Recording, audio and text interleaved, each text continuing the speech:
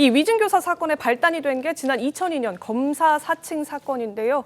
이 당시 공범으로 함께 기소가 됐던 KBS 최모 PD는 누명을 썼다. 이재명 대표 주장의 구체적인 정황까지 얘기하면서 비판을 쏟아냈습니다. 이 문제가 된 이재명 대표 발언과 또 최 PD의 반박까지 이어서 들어보겠습니다.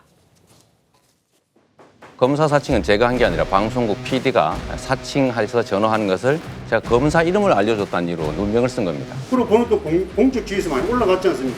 이게 뭡니까 도대체? 그런 일방적인 주장에 있어서는 개인적으로 사실은 모욕감들을 많이 느껴왔습니다. 재판 과정에서 PD가 이미 우리 사무실에 도착하기 전에 이미 수차례 검사를 사칭해서 취재를 시도했던 것이 밝혀졌습니다. 제가 시켜서 한 게 아니라는 게 드러난 거죠. 이재명 씨는 제게 추가 질문사항을 메모하거나 간단하게 적어주거나 나지막한 목소리로 보충 설명하고 만족한 답변이 없을 때는 자에게 동그라미를 읽고 있습니다. 자, 2002년으로 거슬러 올라가 보겠습니다. 화면 함께 보시죠.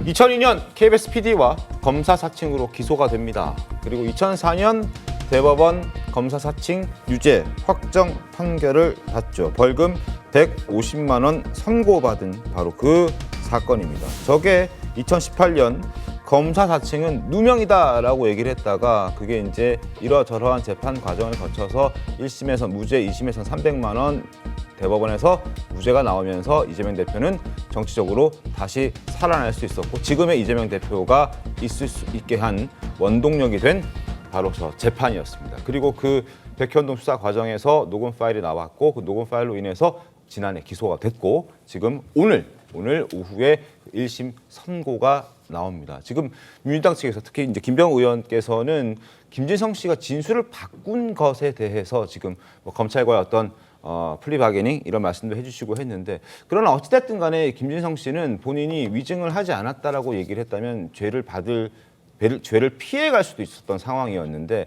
본인이 죄를 함께 받으면서까지 진실을 얘기했다. 그러니까 나는 위증을 했다라고 증언이 나왔기 때문에 아니죠. 이게요. 어떻습니까? 예. 위증죄는 다른 뇌물죄보다 훨씬 가볍습니다.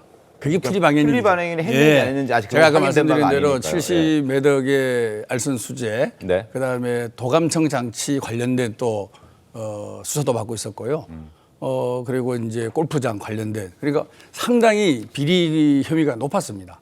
높았는데 이 위증죄는 뭐 기껏해야 뭐 얼마 안 될 거 아닙니까? 이 알선수뢰와 뇌물과 이런 죄에 비해서 저는 그런 완전한 플리바게닝의 객관적 조건이 완비된 상태에 있다고 봅니다. 그러니까 그것은 이제 확인된 바는 아니고 의원님의 생각이신 아닌데 이거는 명백한 사실이죠.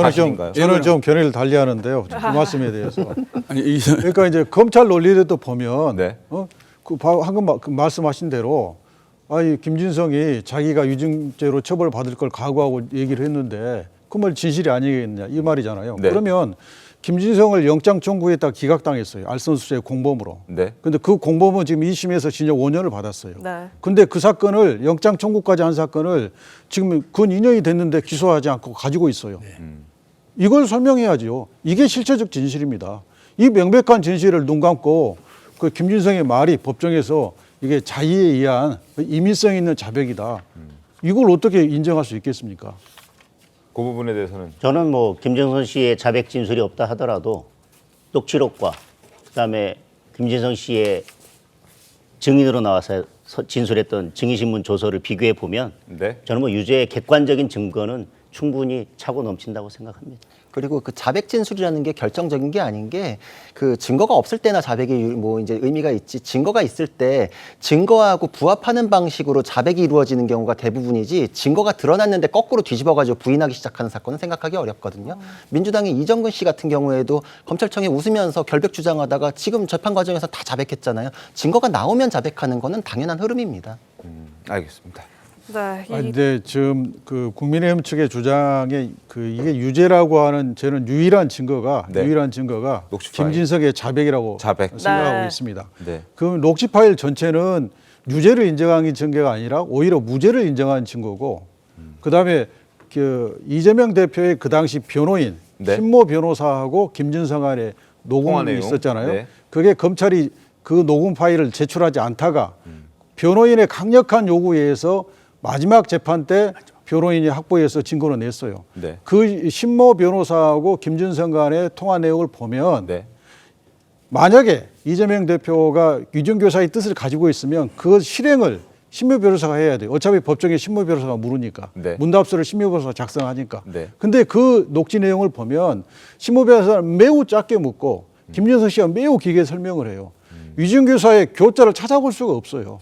이 명백한 신모 증거. 변호사와의 통화는 이미 이재명 대표와의 통화가 있고 난 이후에 벌어진 통화 아니었나요? 근데 앵커님 아니, 궁금해서 물어보는 겁니다. 물론 예, 그렇긴 했지만 예. 그렇긴 했지만 실제로 법정에서 물을 사람은 신모 변호사가 묻거든요. 그다음에 법정에서 물을 신문 사항을 신모 변호사가 작성해요. 네. 그러니까 이 신모 변호사하고 김진성 간의 통화가 매우 중요한 겁니다. 어찌 보면 이걸 가지고 만약에 이재명 대표가 유전교사의 뜻이 있으면 신모 변호사한테 지시를 해야 돼요. 네. 유전교사의 뜻을 담아달라고. 네. 근데 거기에는 없단 말이에요. 그 양측 간의 대화 내용이. 뭐 저는 증인신문사항을 길게 묻고 짧게 대답하는 방식은 저쪽에서 어떻게 대답할지 모를 때 약간 네. 유도하기 위해서 그렇게 되는 것이고요. 지금은 뭐 김준성 씨가 어떻게 진술할지 증언할지에 대해서 이미 다 나와 있기 때문에 길게 묻고 짧게 답하는 형식은 재판장에게 제지를 당하거나 재판장이 그거에 대해서는 허용하지 않는 경우가 많기 때문에 김준성 씨가 어떻게 대답할지 이미 정해져 있기 때문에 짧게 묻고 김준성 씨에게 편하게 길게 진술하게 하는 거는 뭐 이미 오히려 이미 어떤 진술을 할지가 다 정해져 있고 서로 약속이 되어 있기 때문에 저는 오히려 짧게 묻고 길게 답하라는 형식을 취했다고 생각을 합니다. 그것은 뭐 보기에 따라서 다른 것이지 저는 뭐 그것이 위증 교사 여부에 결정적인 영향을 미친다고는 생각하지 않습니다. 네.